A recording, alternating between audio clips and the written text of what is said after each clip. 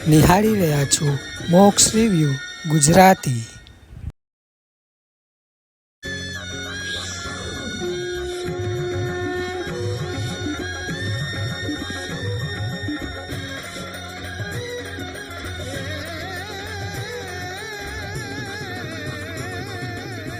આપ નિહાળી રહ્યા છો મોક્સ રિવ્યુ ગુજરાતી।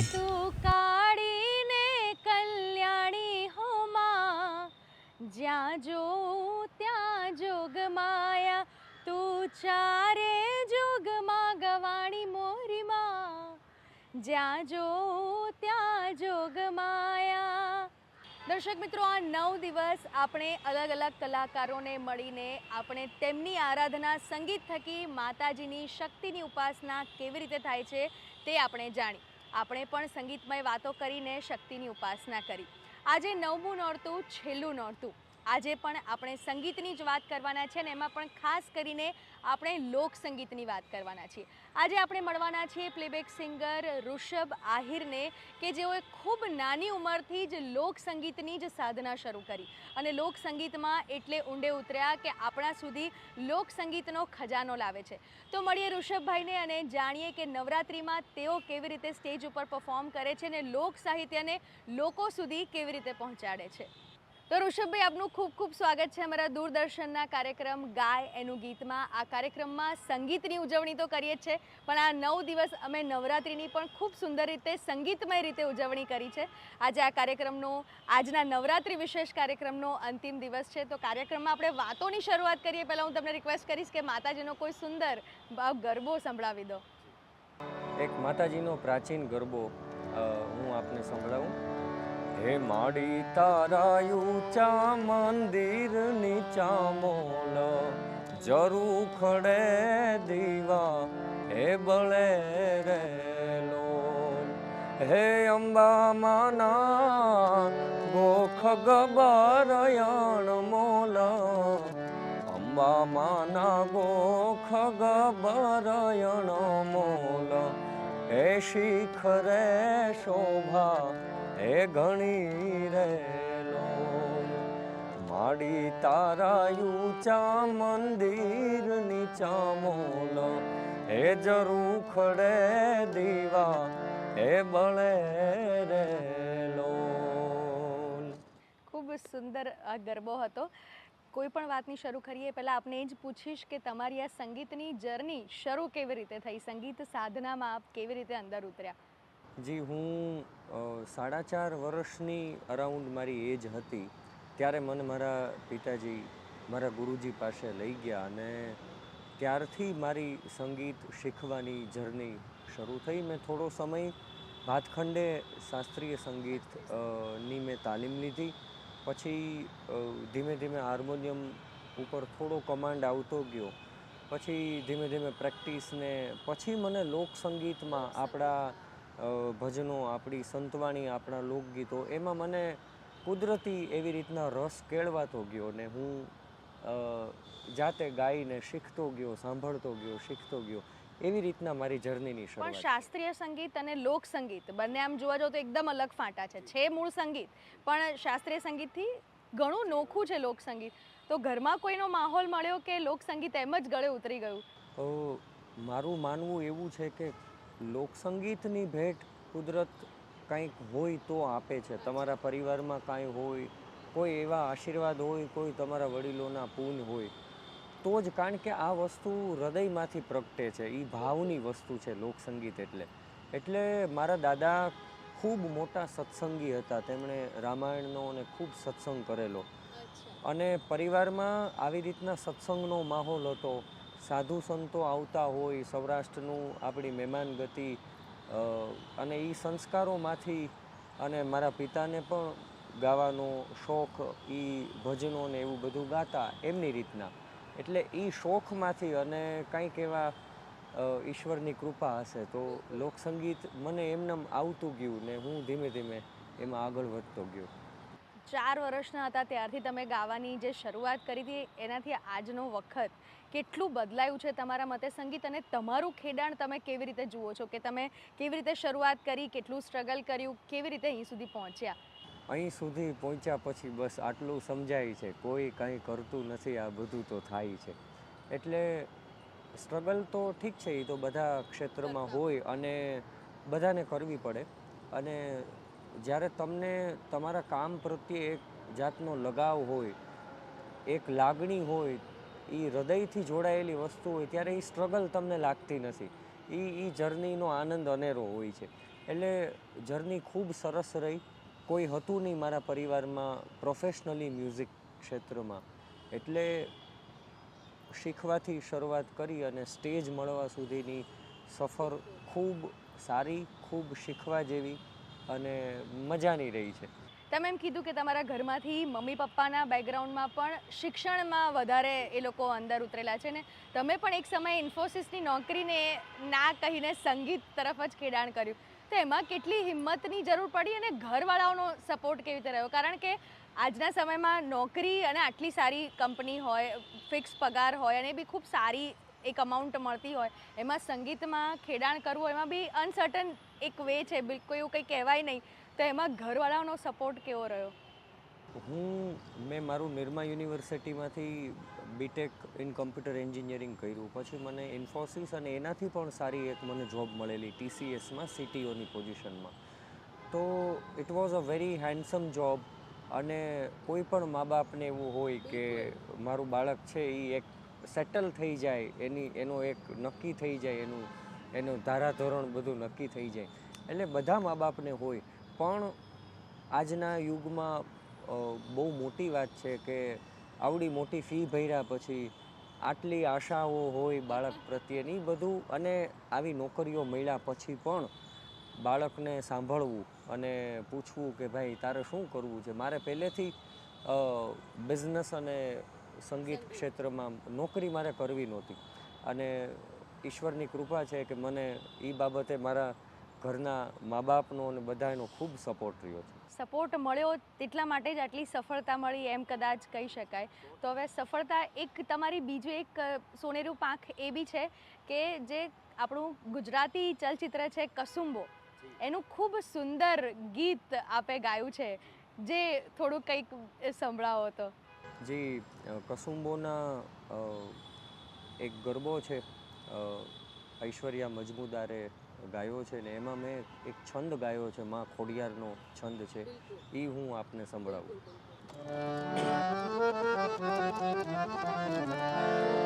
પણ રે ખણ ખણણ ખણણ કાંબી ખણકાતી હાલી છે ઈ મચ્છરાળી, હે નવીરને માટે અમી કૂપ હાથે લાવી છે લો બડિયાળી. પણ ઝપાટ ઝપાટ હાલત લચકત પગ બાઈને કંકર ઠેસ નડે, ખડ ખડ ખડ ખડ ખડ ખોડંગાતી આઈનું ખોડલ નામ પડે રે જીરે, આઈનું ખોડલ હે નામ પડે રે જીરે, આઈનું ખોડલ નામ પડે. ખૂબ સરસ. એક વાત એ બી પૂછવી છે કે ગુજરાતી ચલચિત્રમાં ગીત એટલે પ્લેબેક સિંગિંગ જેને આપણે કહીએ, એ ગીત ગાયા પછી તમારી કારકિર્દીમાં કેટલો ફરક આવ્યો?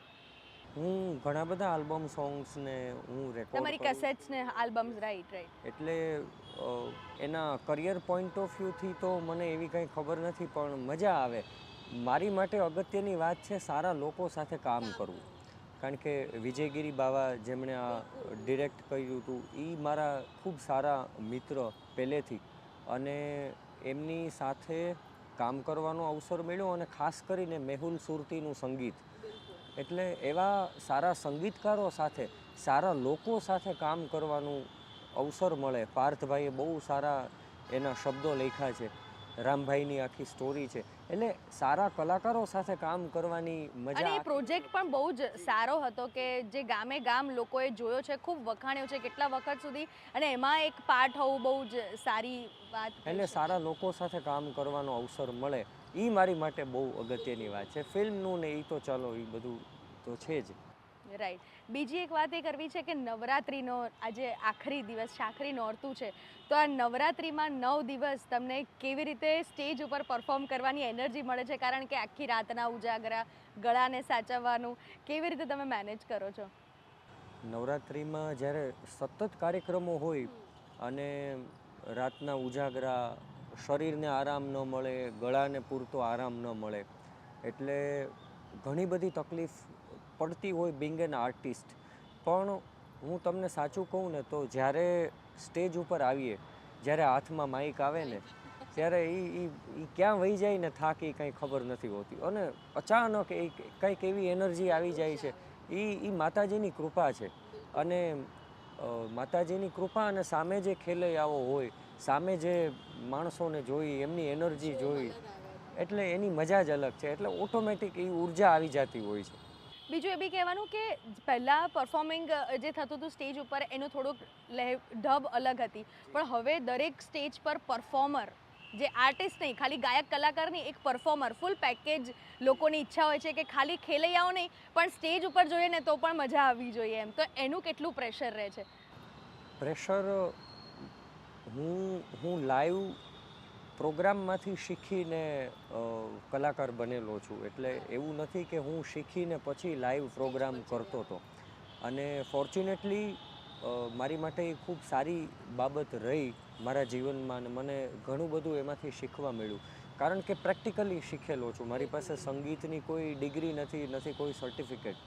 એટલે લાઈવ સ્ટેજ શોમાંથી તમે જ્યારે શીખો ત્યારે તમને એક ઓડિયન્સને ઓળખવાની ધીમે ધીમે એક સમજ કેળવાતી જાય કે સામે બધા એક નજર ફરે ત્યાં તમને ખબર પડી જાય કોને શું ગમે છે, કોને શેમાં મજા આવે છે, ક્યારે શું લોકોને શું પીરસવું. એટલે તમે જે વાત કરી ને કે આર્ટિસ્ટ અને પરફોર્મર, એ બે વસ્તુ બહુ અલગ છે. ઘણા સારા આર્ટિસ્ટ છે એ સારું પરફોર્મ ન કરી શકતા હોય, અથવા કોઈ સારા પરફોર્મર હોય એ સારા આર્ટિસ્ટ ન પણ હોય, એવું પણ બને. પણ ઈશ્વરની કૃપા છે કે મારી માટે એ બધું પેરેલલી ચાલતું આવ્યું છે ને સંગીતમાં જેટલી થોડી ઘણી ખબર પડે છે એની સાથે સાથે પરફોર્મન્સ પણ એટલું જળવાય છે ને લોકોને એ મજા આવે છે ને અત્યારની એ બહુ મોટી રિક્વાયરમેન્ટ છે. હા, એટલે એ સ્ટેજ ઉપર અત્યારની એ જ બહુ મોટી રિક્વાયરમેન્ટ છે, કારણ કે દરેક પ્રેક્ષક માત્ર ખેલૈયાઓને એ પણ એક આશા સાથે સ્ટેજ ઉપર પણ નજર માંડતા હોય છે કે, અને ઘણા તો એવું બી હોય છે, અને ઘણા લોકો તો તમારા નામથી જ, આપણે કોઈ પણ પાસ ગરબાના છપાઈએ તો એમાં આર્ટિસ્ટનું નામ પહેલાં છપાઈએ છે, તો તમારા નામથી તમને સાંભળવા, તમને માણવા આવતા હોય, તો એ લોકોને તો તમને પરફોર્મ કરતા જોઈને મોજ પડી જતી હશે. એક કોઈ ગરબો તમને જે સ્ટેજ પર પરફોર્મ કરવાની ખૂબ મજા આવતી હોય એવો કોઈ ગરબો સંભળાવી દો. સંભળાવી દઈએ. માં ખોડિયારનો એક ગરબો સંભળાવું.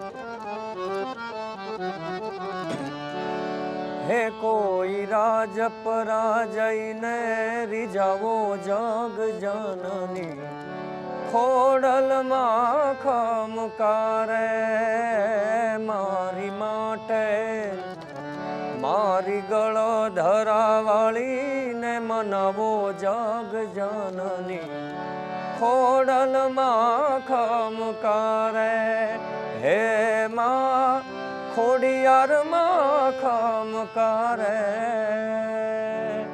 એક પ્રશ્ન ખરેખર એ પણ થાય કે આ નવરાત્રિમાં 9 દિવસ લોકગીતની વાત કરીએ, તમે તમારું જે ઝોનરા છે લોક સંગીતની તરફ વધુ ઢળેલું છે, તો લોક સંગીતમાં તો એવું જ હોય કે લોકો તરફથી લોકોને મળેલું, એનો કોઈ ડોક્યુમેન્ટેશન નથી, કોઈ જગ્યાએ એની ચોપડી નથી મળતી, કાંઈ નથી. તો હવે કેટલા લોકગીતો સાચવવા માટે કેટલા પ્રયત્નો થઈ રહ્યા છે, ને તમે એમાં શું યોગદાન આપવા માંગો છો? હું આજના આ ટેકનોક્રેટ જમાનામાં, આપણે ઝેનઝીનો યુગ કહીએ, એમાં મારી જેવા ઘણા યુવાન કલાકારો, ઘણા જૂના કલાકારો, નવા કલાકારો ખૂબ સારું કામ કરી રહ્યા છે. અને મને ખૂબ આનંદની વાત આજ તમને કહેતા થાય કે ઘણું બધું આપણા લોકસંગીતના ક્ષેત્રમાં લોકગીતો છે, આપણા જૂના પ્રાચીન રાસ છે, ગરબા છે કે ભજનો છે, કે એને જાળવવા માટે મારી જેવા કેટલાય યુવાનો મેદાનમાં છે, અને જે ખૂબ જરૂરી છે. અને હું તો માતાજીને પ્રાર્થના કરું કે બને એટલા યુવાનો આ લોકસંગીતના ક્ષેત્રમાં શીખે, આવે, અને એ બહુ જરૂરી છે. કારણ કે આપે કીધું કે ડોક્યુમેન્ટેશન એવું ખાસ નથી, પણ આ લોકો દ્વારા, કારણ કે પહેલાંના જમાનામાં કાંઈ કમ્યુનિકેશનના મીડિયમ હતા નહીં, નહોતા ન્યૂઝપેપર, મોબાઈલને ટેકનોલોજી તો હતી જ નહીં, ત્યારે કોઈ પણ વાત હોય, સારી વાત, ખરાબ વાત કે કોઈ પણ ઘટના એવી બની ગઈ હોય તો એને પ્રચાર અને પ્રસાર થવાનું માધ્યમ માત્ર લોકગીતો હતા. અને એ લોકગીતો આપણું ઘરેણું છે, આપણા લોક સંસ્કૃતિનો એ ધબકાર છે, એ ધડકન છે એની, એટલે એ જળવાવી ખૂબ જરૂરી છે. અને અત્યારે ખૂબ સારું કામ થઈ રહ્યું છે, મને ખૂબ મજા આવે. કારણ કે અને યુવાનો ઘણા યુવાનો, ટેકનોક્રેટ યુવાનો, ભણેલા ગણેલા યુવાન ભાઈઓ બહેનોને પણ આમાં રસ પડે છે, એમને વધારે સાંભળવાની ઈચ્છા થાય છે. અને જો આપણે વધારેમાં વધારે લોકો સમક્ષ એને આપીશું તો જ એમાં કંઈક અંદર ડોક્યું કરશે કે ભાઈ આમાં શું છે, આની પાછળની ઘટના શું છે. અને માની લો કે આ મેઘાણીએ લખ્યું છે કે સંપાદિત કર્યું છે, તો મેઘાણીમાં એ થોડા ઊંડા ઉતરશે, કવિ કાગમાં ઊંડા ઉતરશે, બીજા લોક કવિઓમાં કે બીજા લોક સંસ્કૃતિના, લોક સાહિત્યના કવિઓના લખાણમાં, એના કવિતાઓમાં ડોક્યું કરશે. એટલે ખૂબ જરૂરી છે. અને હું ખૂબ મહેનત કરું છું, ખૂબ પ્રયત્ન કરું છું. અને હું માનું છું કે કોઈ પણ રાસ ગરબાના કાર્યક્રમમાં 95 to 98% હું આપણા જૂના પ્રાચીન રાસ અને ગરબાઓ ગાઉં છું. બાકી 2% કેવું હોય કે જે નવા ગરબા હોય કે જે મને પોતાને ગમતા હોય અને જેના કમ્પોઝિશન સારા હોય, લિરિક્સ સારા હોય. એટલે એવું કહી શકાય કે 100% ગુજરાતી ભાષાના જ જે ગરબા અને જે લોકગીતો છે એ તમારા કાર્યક્રમમાં પ્રયોજાય છે. જી. ગુજરાતી તો ખરા જ, પણ એમાં પણ આપણા લોકસંગીતના જ રાસ અને ગરબાઓ વધારેમાં વધારે ગવાય અને વધારેમાં વધારે લોકો એને સાંભળે, એનો હું આગ્રહી છું મારા કાર્યક્રમમાં ખાસ કરીને. હું એવું પૂછું છું તમને કે તમે જ્યારે ગરબા ગાતા હો છો ત્યારે તમને એવું લાગે છે કે ઓડિયન્સ એ ગરબા ઝીલે છે અથવા તો કોઈક વખત સાથે ગાય છે? તમને એવું અનએક્સપેક્ટેડ થયું હોય કે આ ગરબો લગભગ બહુ ગવાતો ના હોય, બહુ પ્રચલિત ના હોય અને તેમ છતાં કોઈક ઓડિયન્સમાંથી બધા ગાતા હોય સાથે? જી. ઘણી બધી વખત આવી રીતના સરપ્રાઈઝ મળતી હોય. અને જ્યારે રાસ ગરબાની વાત કરો ને તો આપણા લોકગીતોની જે એની લઢણ છે, એની હલક છે, અને જે ખેલૈયાઓના પર્સપેક્ટિવથી કહું તો એમાં જે તાન ચડે એવું એ કોઈ પણ એ બોલિવૂડનું હોય કે ગમે એ મ્યુઝિક લઈ લ્યો, લોક સંગીત જેવી મજા આવે જ નહીં રાસ ગરબામાં. અને આમ બી ગરબા આપણું લોક સાહિત્યનું જ અંગ છે, એટલે એમાં તો લોક સંગીત ખૂબ સારી રીતે જોડાયેલું હોય. તો હું તમને એક રિક્વેસ્ટ કરીશ કે ખૂબ પ્રાચીન, જે ખૂબ ઓછો પ્રચલિત હોય એવો કોઈ ગરબો, એવું કોઈ લોકગીત સંભળાવી દો. હું એવું લોકગીત સંભળાવું એક આપને. લોકગીતમાં ઘણી બધી કથાઓ એની પાછળ જોડાયેલી હોય. અને હું તમને હમણાં જ મારા એક કાર્યક્રમની વાત કરું તો મેં આ લોકગીત ગાયું અને સરપ્રાઇઝિંગલી, તમે જેમ કીધું ને કે સરપ્રાઇઝ મળતી હોય એવી રીતના અમદાવાદની બહુ સારી જગ્યાએ એવા ઘણા બધા ખેલૈયાઓએ હાથ ઊંચા કરી અને મને પ્રતિસાદ આપ્યો કે વાહ આ લોકગીત સાંભળીને. હું એક લોકગીત સંભળાવું. ચકાસરની પાળ માથે ઢોલીડા ધ્રુસ કે, ચકાસરની પાળ માથે ઢોલીડા ધ્રુસ કે, એ હાલો ને હાલો જોવા જાય રે ઓઢા જામ હો થલ પદમણી, એ હાલો ને હાલો જોવા જાય રે ઓઢા જામ હો થલ પદમણી, ચકાસરની પાળ માથે ઢોલીડા ધ્રુસ કે, ચકાસરની પાળ માથે ઢોલીડા ધ્રુસ કે. તો આવા જે આપણા લોકજીવનની કથાઓ સાથે જોડાયેલા લોકગીત છે કે જે ઘણા બધા ઓછા ગવાય છે અને યુવાનોને ન ખબર હોય આવા લોકગીતોની. અને આવા લોકગીત જ્યારે અમે ગાઈએ અને સામેથી પ્રતિસાદ મળે અને વાહ મોજ આવી ગઈ, દાદ મળે, ત્યારે અમને બહુ મજા આવે અને એક પ્રેરણા મળે, અમને એક કોન્ફિડન્સ આવે કે નહીં, આપણે હજી જૂની રચનાઓ હજી આપણે લોકો સમક્ષ સારી રીતના મૂકીએ. તો હું એવું પૂછીશ કે આ બધા તમે તો લોકોને આપો છો, પણ તમારી પાસે આ ખજાનો આવે છે ક્યાંથી? મેઇન તો વાંચન છે કે આપણા ઇતિહાસ, પછી આપણા લોક સાહિત્યમાં જે સંપાદિત કરેલા સારા સારા, માની લ્યો મેઘાણીએ જેટલા લોકગીતો સંપાદિત કર્યા, વીણી વીણીને એમણે જે ભેગા કર્યા. પછી બીજી વસ્તુ કે અમારો પ્રવાસ, અને પ્રવાસ દરમિયાન માની લ્યો કે કોઈ આયરના માજી પાસે, કે કોઈ મેરના માજી પાસે, કે કોઈ જૂનવાણી માની લ્યો મેઘાણીએ ખારવાની બાયુ પાસે જઈ અને એના હાલરડા, એના લોકગીતો, એના રાહડા, એ બધું આપણને વીણી વીણીને આપ્યું. એટલે મેઇન તો લોકજીવનનો અભ્યાસ કરો, એમાંથી તમને લોક સાહિત્યમાંથી તમને આ આપણા લોકસંગીતના લોકગીતો ને એ મળતું હોય છે. તો ઋષભભાઈ, એક એવું લોકગીત સંભળાવો કે જેને તમને લાગતું હોય કે તમારી ઓળખ છે, અથવા તો તમારી સાથે જોડાયેલું હોય, તમારા હૃદયથી નજીક હોય, જે તમને ખૂબ પ્રિય હોય. એવા ઘણા બધા લોકગીતો મારા હૃદયથી જોડાયેલા છે, ને મને બધા જ લોકગીતો ગમે છે. હું એક આપને હાલરડું સંભળાવું, જે મેઘાણીએ ખારવાની બાઈ પાસે એણે સાંભળેલું.